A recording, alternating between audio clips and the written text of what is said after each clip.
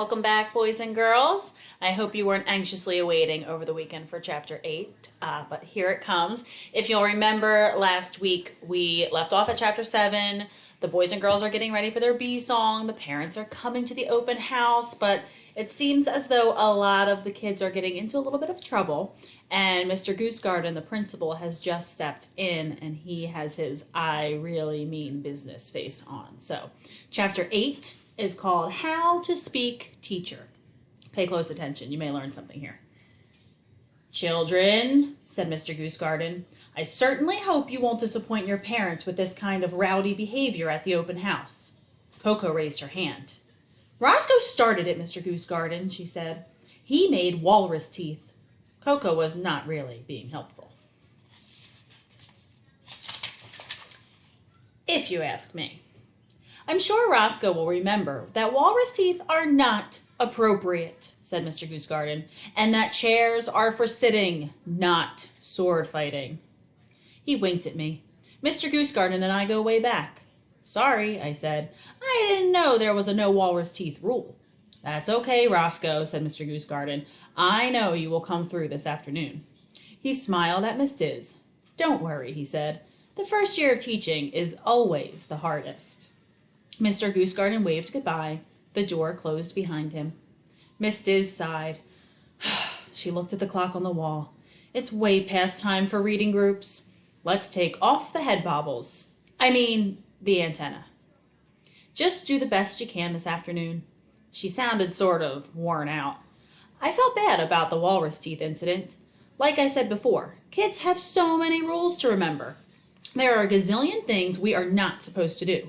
Who knew making walrus teeth was one of them? After we put away the baubles and sticks, we sat at tables for reading groups. Reading is fun, but it can be very hard work. You can get pretty thirsty trying to make those letters into words. After I read 4 whole sentences, I went to the water fountain to get a drink. The fountain is next to the art cupboard. Just then, Mr. Frisbee came in. He is a kindergarten teacher. May I borrow some chalk? Mr. Frisbee asked Miss Diz. Sure, said Miss Diz. She opened the art cupboard. I could see the art supplies I brought, including Drusilla's head. And the don't you dare glue. Miss Diz gave Mr. Frisbee a fresh box of chalk. Here you go, she said. How was the dress rehearsal? Mr. Frisbee asked. Miss Diz whispered something I couldn't hear. Then she laughed. At this rate, I'll be looking for another job soon. They both laughed. But I was pretty sure it was worried laughing. Maybe you are wondering how I could tell. After all, teachers can be confusing. Not as confusing as parents. But still, sometimes teachers have trouble expressing themselves. Fortunately, I have served in preschool and kindergarten already. Also, Mommy and Me Music, and Jimborama, and my clay class, Pots for Tots. So I'm happy to explain teacher stuff to you. Here is my goof-proof Roscoe Riley teacher translator. Oh boy. So, I'm going to show you the pictures here. Right here it says, I told you not to feed glitter to the goldfish. So that's what face the teacher makes then.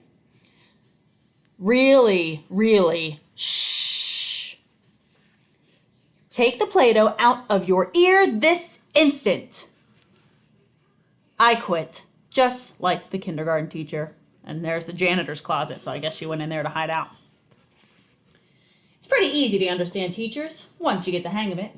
I'm still working on figuring out how to speak parent, though. I thought about what Miss Diz had said to Mr. Frisbee. At this rate, I'll be looking for another job soon. One of Mr. Goosegarden fired Miss Diz. Just because of our rowdy behavior, that would be awful. After all, Miss Diz is a great teacher, even if she is just a beginner. Then I thought about my kindergarten teacher from last year, the one who changed jobs after I painted the hamsters. She works at an office now, with no kids in it, and no green hamsters. How boring is that? I could not let such horrible things happen to Miss Diz. Well, we'll see how it goes when we meet again next time for Chapter 9, Roscoe to the Rescue. Thanks for listening, and we'll meet again soon.